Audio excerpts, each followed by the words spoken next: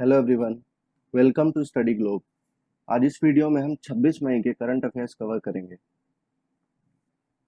ITC Limited has decided to acquire which of the following spice manufacturing company. ITC Limited Bharat की एक बहुत बड़ी fast moving consumer goods company है और इसने सनराइज फूड्स प्राइवेट लिमिटेड को एक्वायर करने का फैसला किया है। So the correct answer is Sunrise Foods Private Limited. Which senior hockey legend passed away recently. ये उन 16 खिलाड़ियों में से एक थे जिनको इंटरनेशनल कमेटी ने चूज किया था।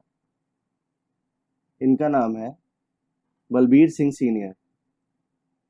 इंटरनेशनल ओलंपिक कमेटी का हेडक्वार्टर्स है लुसान, स्विट्जरलैंड में। Which state has decided to set up migration commission to map skills of migrant workers. Uttar Pradesh सरकार ने जो एक माइग्रेशन कमीशन सेटअप करेंगे। तो the correct answer is Uttar Pradesh. Uttar Pradesh ने हाल ही में अभी आयुष कवच ऐप भी लॉन्च किया था। Which country has decided to end bilateral cooperation with Nepal as parts of its BMZ 2030 reform process? तो जर्मनी ने इस बायलेटरल कॉपरेशन को खत्म करने का फैसला किया है। तो the correct answer is Germany. Who has become the first serving Prime Minister of Israel to go on trial on the charges of bribery, fraud and breach of trust?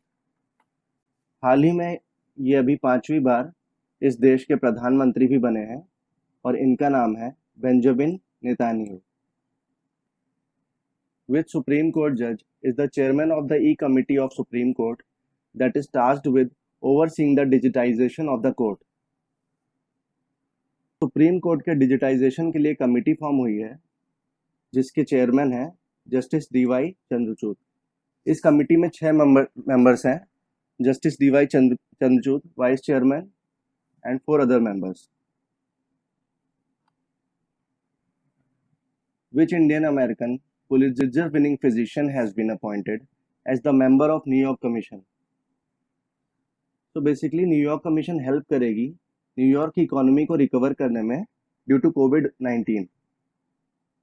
So the name of the Indian American physician is Siddharth Mukherjee. इस committee में एक और भारतीय अमेरिकी को शामिल किया गया है जिनका नाम है Satish Tripathi. Ministry of Road Transport and Highways recently notified about the emission norms of L7 category of B6. What are L7 category vehicles?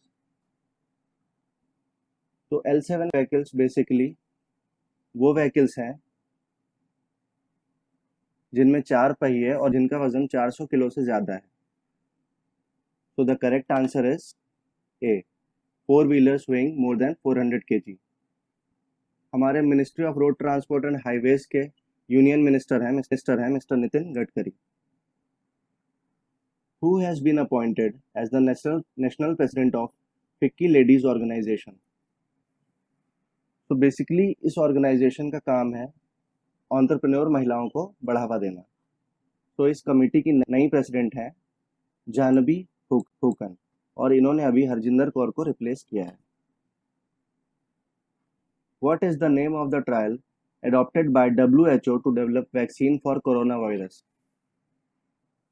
तो बेसिकली WHO ने 8 वॉलंटियर्स को चूज किया है जिनमें कोविड-19 वायरस इन्फेक्ट किया जाएगा और फिर वैक्सीन दिया जाएगा। तो इस ट्रायल का नाम है human challenge trial. Who has been appointed as India's new permanent representative to the United Nations? So Mr. T.S. Trimurti has been appointed as the new ambassador to the United Nations and he has replaced Mr. Syed Akbaruddin. According to CARE ratings, how much India's crude oil import is likely to fall in the fiscal year 2021? Bharat अपने कच्चे तेल का import 8.9% से कम करेगा। So the correct answer is 8.9%. Who has been appointed as the World Bank's practice manager for climate change and disaster risk management for South Asia? तो world bank ने अब्बास झा को अपना प्रैक्टिस मैनेजर चुना है साउथ एशियन रीजन के लिए।